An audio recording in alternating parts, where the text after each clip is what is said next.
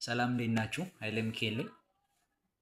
ዛሬ ከህይወቴ ላይ ትልቅ ለውጥ እንዳመጣ ከረዱኝ አንድ አረፍተ ነገር ጋር አስተዋውቃችኋለሁ፣ ወይም ደግሞ አንዲት ሀረግ ጋር አስተዋውቃችኋለሁ። አሁን አንድ ሰው የሆነች አረፍተ ነገር እኮ ነች ህይወቴን የቀየረው ምናምን ሲባል ሲሰማ ሊስቅ ይችላል። ለምን ከተባለ እንዴ ስንት መጽሐፍ አንብቤ፣ ስንት ስብከት ሰምቼ፣ ስንት ሰው ጋር ተመክሬ እንዴት አንዲት መስመር እንዴት አንዲት አረፍተ ነገር ወይም ቃል እንዴት የአንድ ሰው ህይወት ትቀይራለች ምናምን ሊል ይችላል። ግን እውነቱ በጣም በርካታ ሰዎች ታክሲ ላይ የሰሟት አንዲት ታሪክ ወይም ታክሲ ላይ ያዩት አንዲት ልጥፍ ይሄን መጥፎ ውሳኔ ልወስን የነበረውን አስቀይሮኛል ወይም ደግሞ እያደረኩት ያለሁትን ነገር በደንብ እንዲቀጥልበት አድርገውኛል እያሉ ሲናገሩ ሰምተናል። እና አንዳንድ ሰው አሁን አንዲት ህይወቴ ላይ ትልቅ ለውጥ ያመጣች ልክ እንደዚህ ከአንድ አቅጣጫ ወደዚህኛው አቅጣጫ እንድታጠፍ ያደረገችኝ ምናምን ብሎ እንደዚህ ሲናገር እኔ ስንት መጽሐፍ አንብቤ፣ ስንት ቪዲዮ አይቼ፣ ስንት ፖድካስት ተከታትዬ፣ ስንት ስብከት ሰምቼ፣ በሰዎች ስንት ተመክሬ ህይወቴ ያልተቀየረው እኔ እንደዚህ አይነት አንዲት መስመር አንዲት ንግግር ምናምን እኔ ብዙ ደስ አይለኝም አይጥመኝም ሊል ይችላል። አሁን በሱ ቦታ ስቆም አዎ ልክ ነው፣ ግን እውነቱ ይሄ ነው። በጣም በርካታ ሰዎች አሉ እንደዚህ አይነት ላይፋቸውን የቀየረው። አንዱን ዛሬ እኔ ነኝና አንዱን ዛሬ አጋራቸዋለሁ። አሁን ይኸውላችሁ እንደዚህ አይነት ሰዎች ምን አይነት ሰዎች ናቸው ማለት አንዲት ንግግር አንዲት ቃል ወይም ደግሞ የሆነች ክስተት ህይወታቸው ላይ ትልቅ ለውጥ እንድታመጣ ትልቅ የአስተሳሰብ የአመለካከት ለውጥ እንድናመጣ የሚያደርጓቸው ሰዎች ምን አይነት ሰዎች ናቸው? እነዚህ ሰዎች መጽሐፍ ሲያነቡ ለእኔ ብሎ ያነባሉ። ስብከት ሲሰሙ ለእኔ ብሎ ይሰማሉ። ሰዎች ሲመክሯቸው ሰው ጋር ሲያወሩ ለእኔ ብሎ ይሰማሉ እንጂ ለእንትና ብሎ አይሰሙ። ለምሳሌ አንዳንዴ ቤተክርስቲያን እንደምንሰማው ስብከት ይሄንማ ዘልዛላ ጓደኛዬ ቢሰማው ምናምን እንላለን። ይሄንማ ያቺ ጓደኛዬ ብትሰማት እንላለን። ስለዚህ ስብከቱን ለእኛ ብለን እየሰማን ስላልሆነ በዛ ስብከት ህይወታችን የሚቀይር ቃል እንኳን አናገኝም ማለት ነው። የሆነ መጽሐፍ ስናነብ ይሄንማ እንትና ቢያነበው እንዴት ይለወጥበት ነበር እንላለን። ይህችን መጽሐፍማ እንትና ብታነባት እንላለን። ይሄ መጽሐፍ ስናነብ ለእኛ ብለን አይደለም እያነበብን ያለ ነው። ስለዚህ ለእኛ የሚሆን ነገር አናገኝም። ለምን? ሰዎችን እያሰብን ነው። አንዳንዴ እንደዚህ አይነት አንዳንዴ ሴሚናሮች፣ ስልጠናዎች ስንወስድ ይሄንማ ወንድሜ በሰማው፣ ይሄንማ እህቴ በሰማችው፣ ይሄንማ ያ ጓደኛዬ ያቺ ጓደኛዬ በሰማችው እያለ 2 ሰዓት 3 ሰዓት አንዳንዴ 2 ቀን 3 ቀን የምንሰለጠውን ስልጠና በሙሉ ለእነሱ እያልን ለምሰውን ለእኛ ብለን አንሰማም። ስለዚህ ለእኛ የሚሆን ህይወታችን የሚቀይር ቃል ነፍ እየጎረፈ እኛ ግን ያመልጠናል ማለት ነው። ለምን? ለእኛ ብለን አይደለም እየሰማን ያለ ነው። ስልጠናውን ሴሚናሩ ላይ የተሳተፍን ያለው ለእኛ ብለን አይደለም። መጽሐፉን እያነበብ ነው ለእኔ ብዬ አይደለም መጽሐፉን እያነበብኩ ያለሁት። ወይም ደግሞ መጽሐፉን ለመተረክ ለሰዎች ለመናገር ሰዎችን ለማስደመም ነው እያነበብኩ ያለሁት ማለት ነው። ስለዚህ በዚህ ስሜት በዚህ ሙድ ስናነብ በዚህ ሙድ ስልጠናዎችን ስንወስድ በዚህ ሙድ ከሰዎች ጋር ስንመካከር እንትና የመከረኝ ምክር ወስጄ ለእንትና ለመምከር ሳስብ እኔ አልቀየርበትም ወይ እኔ አልወለጥበትም ወይም ደግሞ የሚለወጥበት ሀሳብ አላገኝም ማለት ነው። ስለዚህ እንደዚህ አይነት ሰዎች ልዩ የሚያደርጋቸው ነገሮች ለእኔ ብሎ ይሰማሉ። ለምሳሌ ድንገት ከተዋወቁት ድንገት በአጋጣሚ ካገኙ ሰው ጋር ሲያወሩ ፈጣሪ በዚህ ሰው ላይ አድሮ ምን ይለኝ ይሆን፣ ምን ይመክረኝ ይሆን፣ ምን ይነግረኝ ይሆን እያሉ ሰዎችንም ከልባቸው ያዳምጣሉ ማለት ነው እንጂ ሰዎች አውርቶ ልክ ሲጨርስ ደግሞ እኔ ያወራለሁ ደግሞ ምናምን ብለው ጠብቀው አይደለም።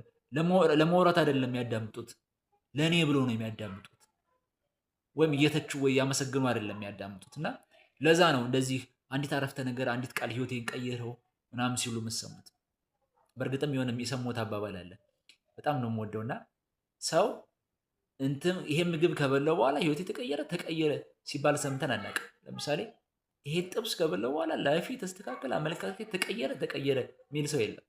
ይሄን መጠጥ ከጠጣው በኋላ የኔ አመለካከት የኔ አስተሳሰብ ተቀየረ ምናምን የሚል ሰው አናገኝም። ግን የሆነ መጽሐፍ አንብቦ የሆነ ጥቅስ አንብቦ የሆነ ሰው ጋር ተመካክሮ ግን ይሄን ታሪክ ከሰማሁ በኋላ ህይወቴ ላይ የሚገርም ለውጥ ነው ያመጣው የሚሉ ሰዎች ግን ነፋሉ ማለት ነው። ስለዚህ ለዛ ነው ለእኔ ብለን ስለማንሰማ ነው። ለእኔ ብለን ስንሰማ ግን መጽሐፉን ለእኔ ብለን ስናነብ ስብከቱን ለእኔ ብለን ስናነብ ግን የሚገራርም ህይወት የሚቀይሩ ነገሮች እናገኛለን ማለት። ለምሳሌ ከዚህ ቪዲዮ አንድ እንድታተርፉት የምፈልገው ነገሮቹን ስትሰሙ ለእኔ ብላችሁ ስሙ። ይሄን ቪዲዮ ስታዩ ለእኔ ብላችሁ ነው የምታዩት ወይስ ኃይልዬ ቪዲዮን እኮ አይቼዋለሁ ለማለት ነው የምታዩት? ወይስ ኃይልዬ ቪዲዮ አይቼ እኮ ምናምን ብላችሁ ልታመሰግኑ ወይስ ልታችሁ እንከን ልታወጡ ነው የምታዩት? ምናልባት አንዳንዴ ፈጣሪ በደካሞች ላይ እያደረ ሰዎችን ያስተምራል እና ይህም ቪዲዮ ሳይ ፈጣሪ የሆነ ነገር ሊነግረኝ እየፈለገ ነው እና ለእኔ ነው ብላችሁ ብትሰሙ የሆነች ነገር ታገኙበታላችሁ ማለት ነው። መጽሐፍ ስታነቡ ሰዎች ጋር ስትመካከሩ ማለት ነው። አንዴ እሺ ይሄን በኋላ እነግራችኋለሁ ይሄን ታሪክ እና እኔ ያነበብኳት አንዲት አረፍተ ነገር ህይወቴ ላይ ትልቅ አመለካከት ለውጥ እንዳመጣና በዛ ዘርፍ ላይ እንዳጠና ያደረገችኝ አንድ መጽሐፍ ሳነብ ነውና እኔ መጽሐፍ ሳነብ እንደዚህ እያነበብኩኝ ከዛ ግጥም ማድረጎና መጽሐፉን ከዛ አሰላስላለሁ። የሚገርም ነገር ሲመጣ ምናምን እያልኩኝ አሰላስላለሁ። ከዛ ደግሞ እንደገና አነባለሁኝ፣ ከፍታለሁኝ። አሁንም እንደዚህ እያነበብኩ ምናምን ከዛ ይገርም ሀሳብ ሳገኝ አሁንም ድፍ እንዳደረገውና በዛ ሀሳብን አመነዥቀዋለሁ። በዛ ሀሳብ ላይ እቆያለሁ ምናምን ምናልባት 1 ሰዓት 2 ሰዓትም ወይም 2 ደቂቃም ሊሆን ይችላል በዛ ሀሳብ ላይ የሚቆየው እና እንደዛ እያረኩ ነው የማነበውና አንድ የሆነ መጽሐፍ ሳነብ አንድ ተረፍተ ነገር አለች። የሰው ልጅ የማይፈልገውን ነው የሚያስበው ምትል እንዲህ እያነበኩኝ እንደዚህ ይላል። የሰው ልጅ የማይፈልገውን ነው የሚያስበው ሲል አስቀመጥኩትና እንደዚህ ሸፈንኩትና እንዴት እንደዚህ ይላል? እኔ ያው የምፈልገውን ነው የማስበው፣ ማልፈልገውን አስቤ አላውቅም። እንዴት እንደዚህ ይላል? ምን አይነት መጽሐፍ ነው ምናምን ብዬ ከዛ እንደገና ግልጭ ማንበብ ጀመርኩኝ። ግልጭ ሳነብ ያቺን አረፍተ ነገር እውነትነቷን እያረጋገጠልኝ ሂዶ ልክ መጽሐፉን ጫንብቤ ስጨርስ እውነት እንደሆነ አረጋገጠ። እውነት እኮ ነው። የሰው ልጅ የማይፈልገውን ነው የሚያስበው። ለምሳሌ አንዳንዴ የሆነ ጉዳይ እናስፈጽም የሆነ ደግሞ መታወቂያ ወይም ደግሞ ኢሚግሬሽን ቢሮ ምናምን ስንሄድ ባይሰጡኝስ፣ ነገ ቢሉኝስ፣ ወረፋ ቢበዛስ ምናምን እያለ ወደ ዛ ቢሮ ጉዳይ የምናስፈጽምበት ቢሮ እየሄድን መንገድ ላይ ግን ማንፈልገውን ሀሳብ ነው የምናስበው። ባይሳካልኝስ፣ ነገ ቢሉኝስ፣ ወረፋ ቢሆንስ፣ ዝግ ቢሆንስ፣ ሰውየው አልመጣም ቢባልስ። ምንፈልገው ምንድን ነው? ልክ እንደሄድን በቀጥታ የምንፈልገው ጉዳይ እንዲፈጸም ነው የምንፈልገው። የምናስበው እንዲፈጸም ሳይሆን እንዳይፈጸም ያደርጉት ነገሮች የምናስበው። እውነት እኮ ነው አልኩኝ። በዚህ መስመር ሳስበው አዎ እውነት ነው። ብዙ ጊዜ የሆነ ጉዳይ ላስፈጽም ሲሄድ ማልፈልገው ነው ሳስብ ማገኘው። ከዛስ አንዲት ሴት አንድ ወንድ ወይም አንድ ወንድ አንዲት ሴት ለማናገር ሲሄድ ባታወራኝስ፣ እንደዚህ ብትለኝስ፣ እንደዛ ባትለኝስ እያለ ይሄ ሂዶ ማግኘት የሚፈልገውን ሰው ማግኘት የማይፈልገውን ነገር ነው የሚያስበው። ማግኘት የሚፈልገው ሂዶ በሰላም አውርቶ ስልክ ተቀብሎ ተጅናንጆ መምጣት ነው። ግን እንደዛ አይደለም እየሆነ ያለው። የሚያስበው ግን ተቃራኒው ነው ማለት ነው። አያችሁ፣ አንዳንዴ ከሰዎች ፊት ቁመን የሆነ ንግግር ልናደርግ እንፈልግና ከዛ በንግግሮቼ ሰዎች ቢስቁስ፣ ብኮላተፍስ፣ ማነበው ቢጠፋኝስ፣ ግር ቢለኝስ፣ ጭው ቢልብኝስ ምናምን እንላለና የምንፈልገውስ ምንድን ነው? ከሰው ፊት ሄደን ቀጥ ብለን ቁመን በስነስርዓት ተናግረን በንግግሮቻችን የሰዎችን ቀልብ ይዘን ጆሮአቸውን አፋቸውን ከፍተው ሰምተውን መጨረሻ ላይ አጨብጭበውልን ቴንኪው ብለውን እንድንመጣ ነው እኛ የምንፈልገው በዛ ንግግር ሰዓት ላይ። ግን የምናስበው ምንድን ነው? ማንፈልገው ነው። እንደዚህ ቢሆንስ፣ እንደዚህ ቢልስ፣ ጥሩ ባልናገርስ፣ ቃላት ቢጠፉኝስ ምናምን። አሁን እነዚህ ምሳሌዎች ይበቃሉ። ሌሎችንም አስቧቸው። አብዝተን የምናስበው ማንፈልገው ነው። እኔ ከዛች ቀን በኋላ ሀሳቦችን መከታተል ጀመርኩኝ። ወደ ቤት ሲሄድ፣ ከቤት ስወጣ፣ ሰዎችን ላገኝ ሲሄድ፣ ብቻዬን ስሆን፣ መጽሐፍ ስገዛ፣ በተለያየ መልኩ ሀሳብ መከታተል ጀመርኩኝ። ሳየው ብዙ ፐርሰንት፣ በጣም ብዙ ፐርሰንት ማልፈልገውን ነው ሳስብ ማገኘው።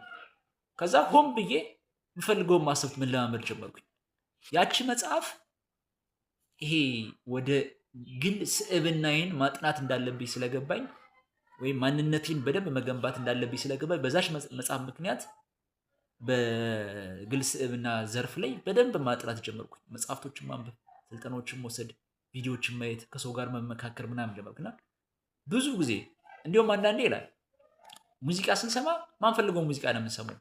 ለምሳሌ አሁን ይሄ ተከድቼ በድለኝ ምናምን ሙሉ ሙዚቃዎች እንሰማለን አይደል? አዎ፣ ግን ላይፋችን እንደዛ እንዲሆን ፈልጋል አንፈልግም። ግን የምንሰማው ሙዚቃ ምንድን ነው? እንዲሆን ማንፈልገው ሙዚቃ ነው ቀልባችን ይዞት የምንሰማው። እና ያችን መስመር ለእኔ ህይወቴን የቀየረች ነው። እና እንደዚህ አይነት ህይወት የሚቀይሩ ከምታነቡት መጽሐፍ፣ ከምታዩት ፊልም ላይ ወይ ደግሞ የሆነ ቦታ ላይ የሆነ ክስተት ላይ የሆነ ጥቅስ ላይ የሆነ ቦታ ላይ ስብከት ላይ መጽሐፍ ላይ እንደዚህ አይነት ህይወት የሚቀይር ነገር ማግኘት ለፈለገ ሰው መጽሐፉን ሲያነቡ ፊልሙን ሳይ ሰው ጋር ሲያወራ ለእኔ ብሎ ይስማ። ለእኔ ብሎ ስንሰማ እኔ እዚህ መጽሐፍ ላይ እዚህ ቪዲዮ ላይ እዚህ ሰውዬ ላይ አድሮ ፈጣሪ ምን ሊነግረኝ ነው? ምን ሊመክረኝ ነው፣ ምን አቅጣጫ ሊሰጠኝ ነው የሚለውን ያስበን ነገሩን ስናደርግ ያኔ ማግኘት እንችላለን ማለት ነው። ስለነበረን ጊዜ በጣም አመሰግናለሁኝ። በቀጣይ ቪዲዮ እስከምንገናኝ አመሰግናችኋለሁ። መልካም ጊዜ